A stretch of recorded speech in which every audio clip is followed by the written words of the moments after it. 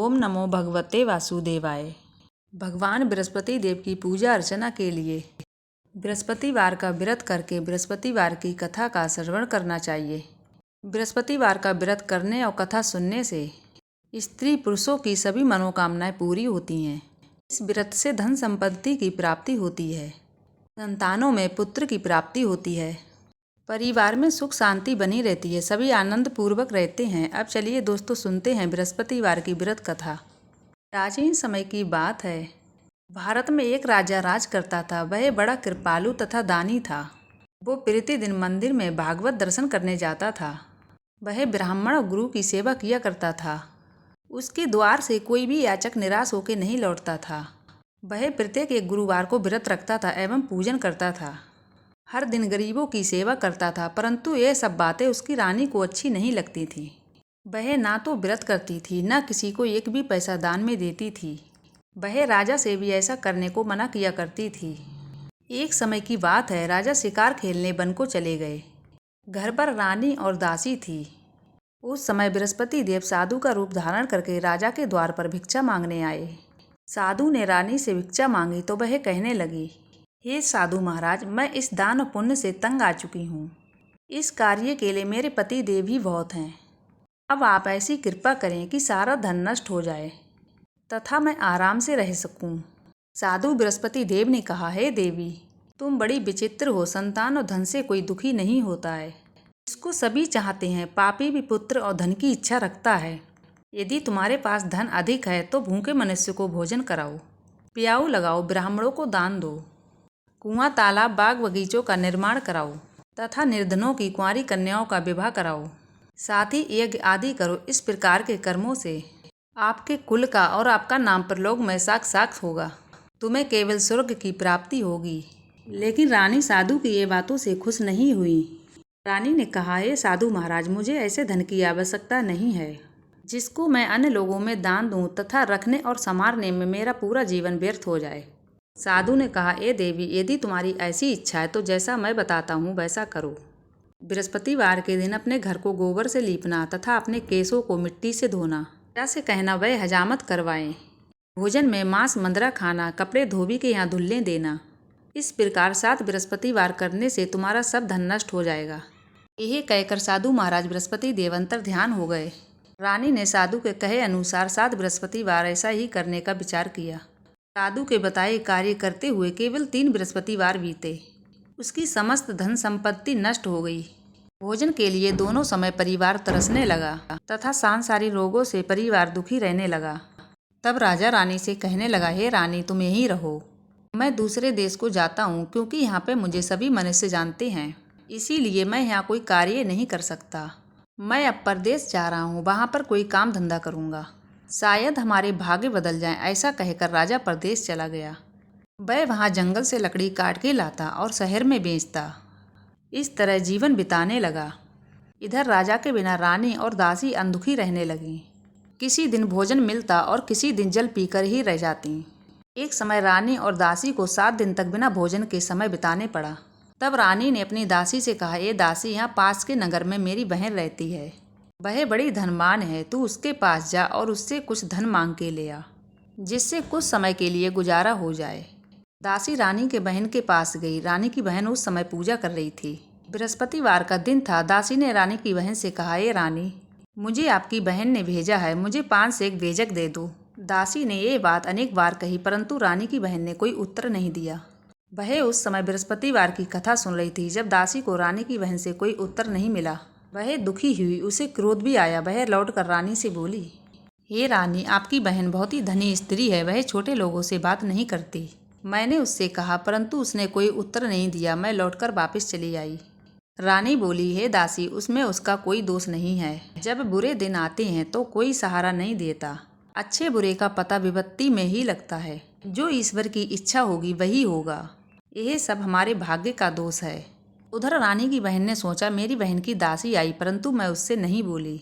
वह बहुत दुखी हुई होगी तथा कथा सुन और भगवान विष्णु का पूजन समाप्त करके वह अपनी बहन के घर आई और कहने लगी, हे रानी, मैं बृहस्पतिवार का व्रत कर रही थी। तुम्हारी दासी हमारे घर आई, परंतु जब तक कथा होती है तब तक हम लोग ना उठते हैं ना बोलते हैं।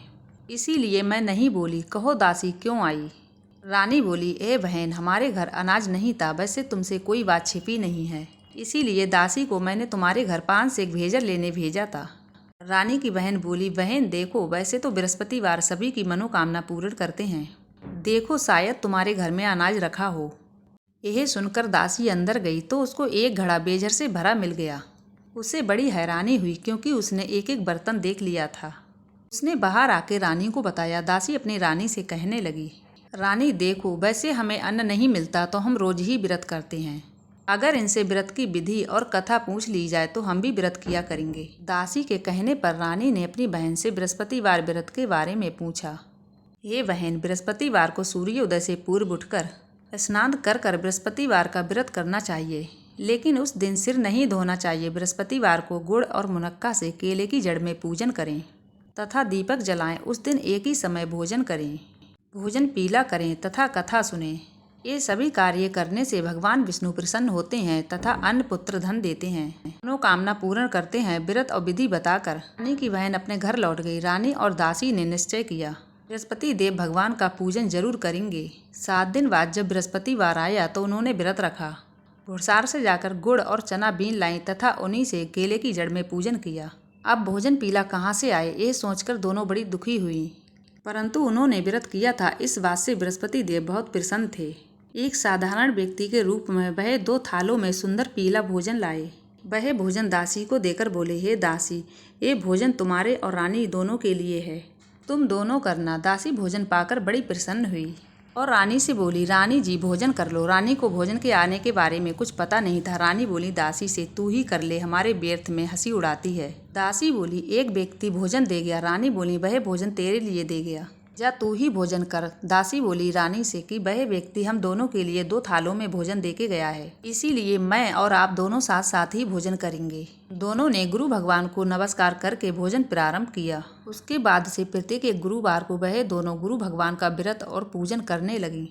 बृहस्पति भगवान की कृपा से उनके पास पहले जैसा ही धन हो गया, परंतु रानी पहले के जैसे ही फिर से आलस करने लगी। तब दासी बोली, देखो रानी, तुम पहले भी इस प्रकार से ही आलस करती थी। तुम्हें धन रखने में कष्ट होता था, इसीलिए सब धन नष्ट हो गया था। अब गुरु भगवान की कृपा से धन मिला है तो फिर तुम्हें आलस हो गया। बड़ी मुसीबतों के बाद हमने ये धन पाया है, इसीलिए हमें दान पुण्य करना चाहिए। तुम भूखे मनुष्य को भोजन कराओ, प्याऊ लगवाओ, ब्राह्मणों को दान दो, कुआं तालाब बावड़ी का निर्माण कराओ, मंदिर पाठशाला बनवाकर दान दो, कुंवारी कन्याओं का विवाह करवाओ। धन को शुभ कार्य में खर्च करो, जिससे तुम्हारे कुल का यश बढ़े तथा स्वर्ग प्राप्त हो, पितृ प्रसन्न हो। दासी की बात मानकर रानी ने इसी प्रकार के कर्म प्रारंभ किए, जिससे उनका काफी यश फैलने लगा। एक दिन रानी और दासी आपस में विचार करने लगी कि न जाने राजा किस देश में होंगे, उनकी कोई खोज खबर नहीं है। गुरु भगवान से उन्होंने प्रार्थना की और गुरु भगवान ने रात्रि में राजा से कहा, हे राजा उठ, तेरी रानी तुझे याद करती है, अब अपने देश को लौट जा। राजा प्रातः काल उठकर जंगल की ओर लकड़ी काटने के लिए चल दिया और चलते समय सोचने लगा, रानी की वजह से मुझे कितने दुख भोगने पड़े। राजपाट छोड़कर उसे जंगल में आके रहने पड़ा। जंगल से लकड़ी काट कर उन्हें बेचकर उसे गुजारा करने पड़ा। उसी समय उस जंगल में बृहस्पति देव एक साधु का रूप धारण करके आए और राजा से आके बोले, हे लकड़हारे, तुम इस सुनसान जंगल में किस वजह से दुखी बैठे हो? यह सुनकर राजा के नेत्रों में जल भर आया और साधु की वंदना कर बोले, हे प्रभु, आप सब कुछ जानने वाले हैं। इतना कहकर राजा ने साधु को अपनी संपूर्ण कहानी सुना दी। महात्मा दयालु होते हैं। वह राजा से बोले, हे राजा, तुम्हारी पत्नी ने बृहस्पति देव के प्रति जो भी अपराध किया था, जिसके कारण तुम्हारी ये दिशा हुई है, अब तुम किसी प्रकार की चिंता मत करो, भगवान तुम्हें पहले से अधिक धन देंगे।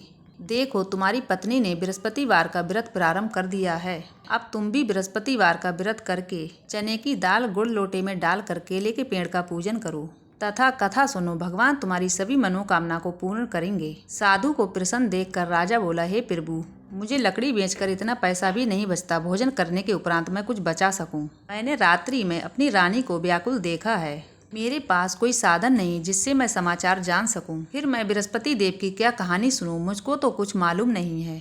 साधु ने कहा, हे राजा, तुम किसी बात की चिंता ना करो। बृहस्पतिवार के दिन तुम रोजाना की तरह लकड़ी लेकर शहर में जाओ। तुम्हें रोज से दोगुना धन प्राप्त होगा, जिससे तुम भोजन भी कर लोगे तथा बृहस्पतिवार के पूजन का सामान भी आ जाएगा। साधु के कहने पर राजा ने बृहस्पतिवार का व्रत प्रारंभ किया। बृहस्पतिवार का व्रत करने से राजा के दिन सुधर गए। इसके बाद वह अपनी रानी के पास गया और वह दोनों आनंद के साथ जीवन बिताने लगे।